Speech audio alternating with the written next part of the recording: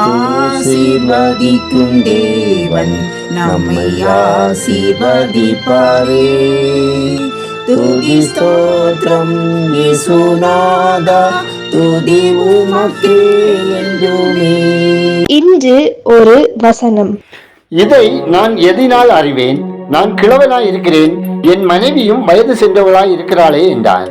லூக்கா 1:18. கர்த்தருக்கு பிரியமான தேவனுடைய பிள்ளைகளே, இயேசு கிறிஸ்துவின் நாமத்தினாலே உங்களை வாழ்த்தி ஆசீர்வதிக்கிறோம். நமது வேண்டுதல்களுக்கான பதில் தாமதிக்கும் போது ஒருவித சந்தேகம் எழத்தான் செய்யும்.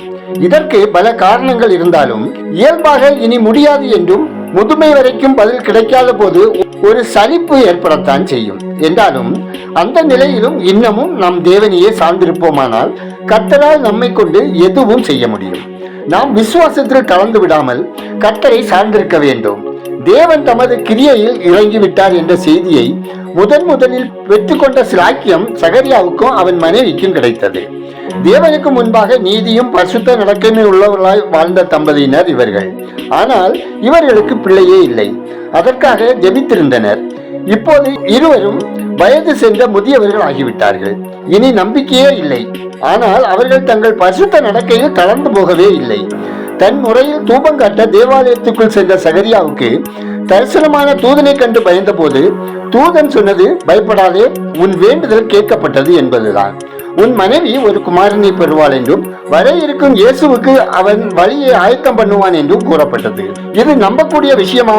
தேவ வாக்குறுதிக்கு மேலாக சகரியாவின் முதுமை அவனை அதிகம் பேச வைத்தது. இதன் விளைவாக தேவன் தமது வாக்கு நிறைவேறும் வரைக்கும் சகரியாவின் வாயை யோவான் துறக்கும் வரைக்கும் அடைத்து விட்டார். பிரியமானவர்களே, நாம் கிறிஸ்துவின் வருகைக்காக ஜெபிக்கிறோம், காத்திருக்கிறோம். இவர் நமது வாய்களை அடைக்கவில்லை, அகலமாக திறந்து வைத்திருக்கிறார்.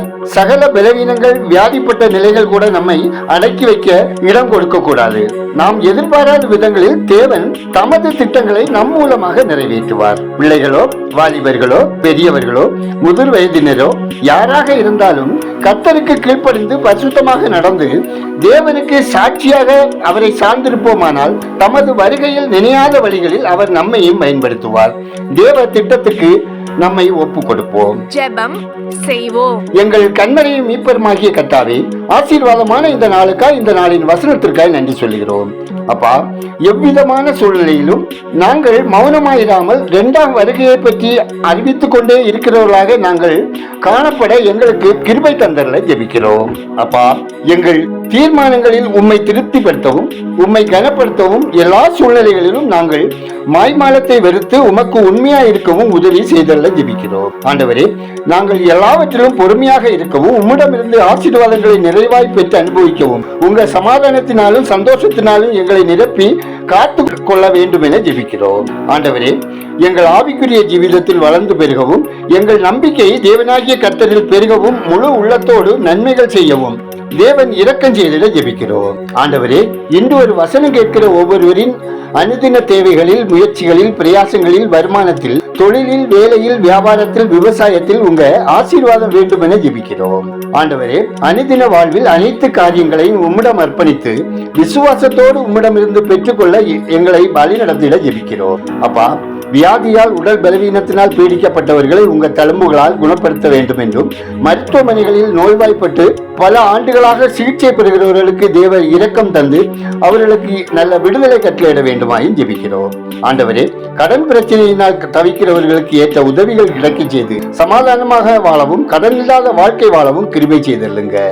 ஆண்டவரே, பயணம் செய்கிறவர்கள் தேவ பாதுகாப்போடு பயணம் செய்யவும், வாகன விபத்துக்கள் ஏற்படாதவாறு பயணம் செய்கிறவர்கள் காக்கப்படவும், வாகன ஓட்டிகளுக்கு கர்த்தருடைய அனுகிரகம் வேண்டும் எனவும் ஜெபிக்கிறோம். கர்த்தாவே, குடும்பங்களுக்குள் காணப்படுகிற பகைகள், விரோதங்கள், வைராக்கியங்கள், கோபங்கள், சண்டைகள், பிரிவினைகள் முற்றிலும் நீங்கி போகவும், இது நிமித்தம் பிரிந்திருக்கிற குடும்பங்கள் சமாதான கர்த்தராலே மீண்டும் இணைந்து ஒன்றாக வாழவும் தேவனுடைய அனுகிரகம் வேண்டும் என ஜெபிக்கிறோம். ஆண்டவரே, இந்த நாளிலும் பிறந்த நாளை, திருமண நாளை காணும் ஒவ்வொருவரையும் அவர்கள் மன விருப்பம் நிறைவேற்றி ஆசீர்வதித்திட ஜெபிக்கிறோம். ஆண்டவரே, வெளிநாடுகளிலிருந்து கடத்தி வரப்படுகின்ற போதை வஸ்துக்கள், போதைப் பொருட்களை கடத்தும் தொழில் செய்கிறவர்கள், பதுக்கி வைக்கிறவர்கள், சிறுவர் மற்றும் மாணவர்கள் மத்தியில் திருட்டளவாய் விற்கிறவர்களை தேவரே தடுத்து ஆட்கொண்டு அவர்கள் மனம் திரும்ப தங்கள் பாவ வழிகளிலிருந்து விடுதலை பெறவும், மாணவர்கள் தீய செயலில் சிக்காதபடி காக்கப்படவும் ஜெபிக்கிறோம். சாரால் பேரில் கடாட்சமான கர்த்தர் தாமே குழந்தை பாக்கியத்துக்காக ஜெபிக்கிற சகோதரிகளின் வாழ்வில் கடாட்சமாய் இருக்க ஜெபிக்கிறோம்.